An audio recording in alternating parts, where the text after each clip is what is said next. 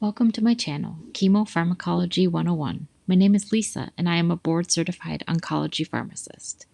In this video, I will be talking about Talquetamab. Its brand name is Talvey. Talquetamab is a bispecific T-cell engager. Bispecific T-cell engagers are medications that act by binding a marker on tumor cells and CD3 positive T cells. By linking them together and allowing the T cell to recognize the tumor cell, it activates the immune system to destroy the tumor cell. The marker that this bispecific T cell engager targets is GPRC5D, or G protein coupled receptor group 5 member D. Since GPRC5D is much easier to say, I will use that name instead of its actual name when talking about the receptor. GPRC5D is present on multiple myeloma cells, as well as healthy non-malignant plasma cells and other healthy tissues in the body, such as epithelial cells and keratinized tissues on the skin and tongue. Talquetamab is a bispecific T-cell engager that binds to GPRC5D on the multiple myeloma cells and CD3 positive T cells, which leads to T cell activation and then lysis of the multiple myeloma cells. There are two different concentrations of the Talquetamab subcutaneous product. These two different strengths are available to facilitate the measuring of the step-up dosing. Patients receive very low doses at the beginning of therapy and higher gold doses as they tolerate the lower doses. Talquetamab is FDA approved for patients with relapsed or refractory multiple myeloma who have received at least 4 prior lines of therapy, including a proteasome inhibitor, an immunomodulatory agent, and an anti-CD38 monoclonal antibody.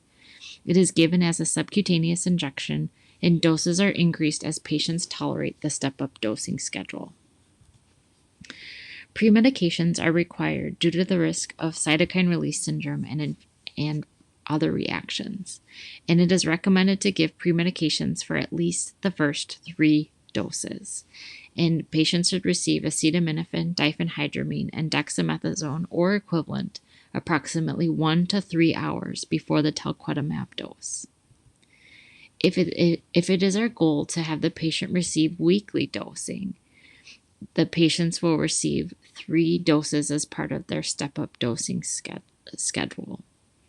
Hospitalization is required for 48 hours after all doses in the step-up dosing schedule, and it is recommended that patients have these doses administered in the hospital.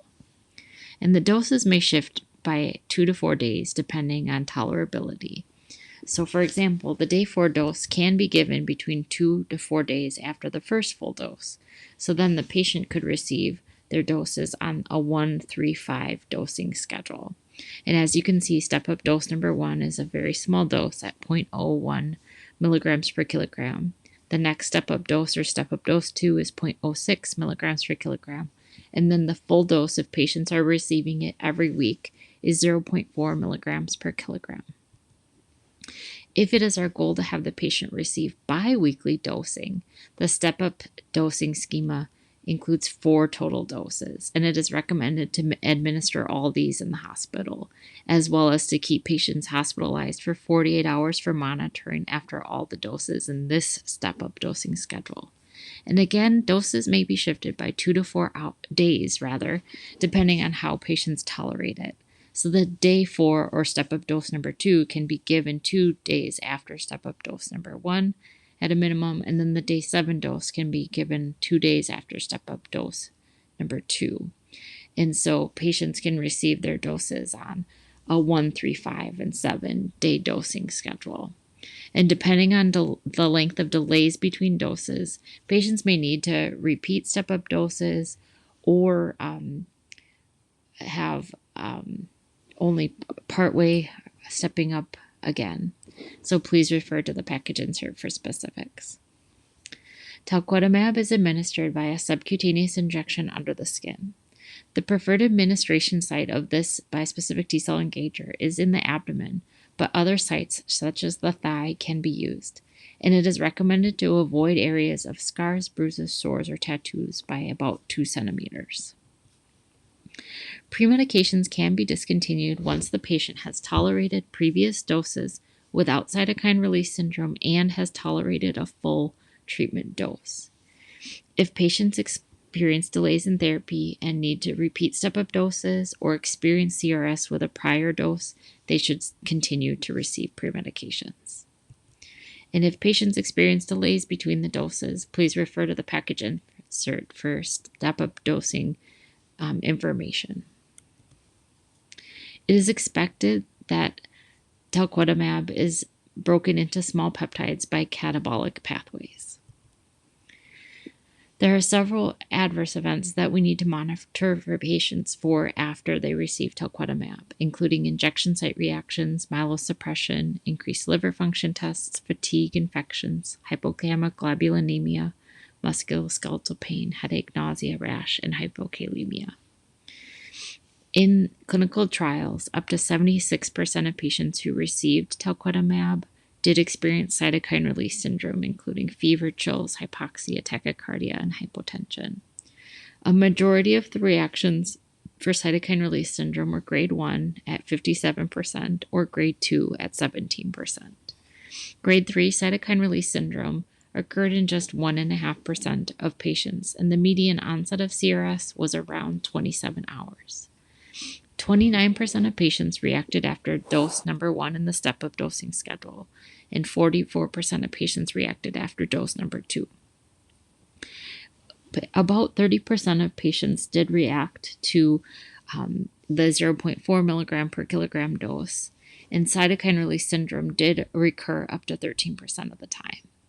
Neurologic toxicity, including headaches, can occur in up to 20% of patients, and then depressed consciousness or ICE score depression, usually grade 1 or 2, did occur in up to 3% of 9% of patients, and up to 3% of patients experienced grade 3 or higher ICANS.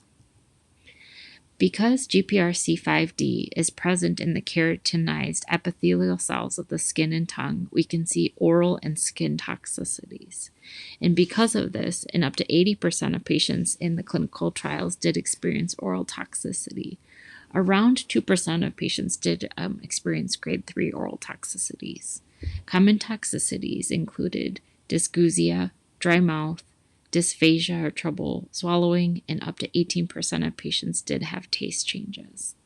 And some patients also did lose weight, and this can be pretty profound for some patients. Skin toxicities can also happen because of the presence of GPRC5D.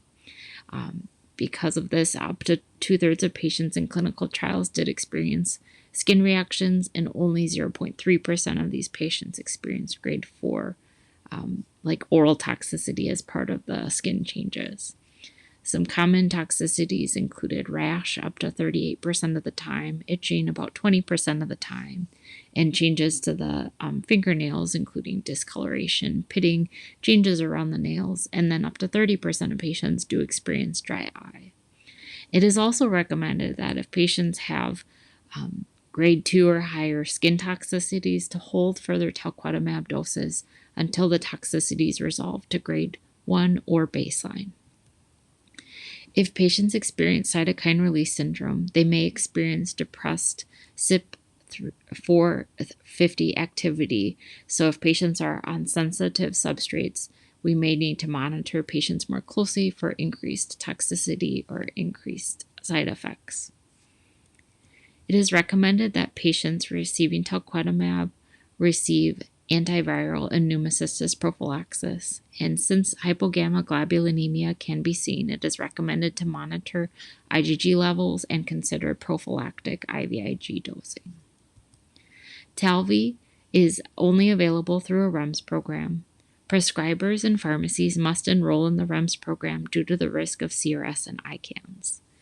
Patients and caregivers must be counseled on the risks of CRS and ICANS, and patients should be instructed to carry a wallet card stating that they are undergoing treatment with Talquetamab or Talvey. And it is recommended that patients do not drive motor vehicles or operate heavy machinery for 48 hours after completing their first 3 to 4 doses of the Talquetamab dosing step-up schedule. Thank you so much for watching. If you have any questions for me, I will do my best to answer them in the comments below. And if you like this video, please consider subscribing so you can be alerted when new videos are posted. Thank you.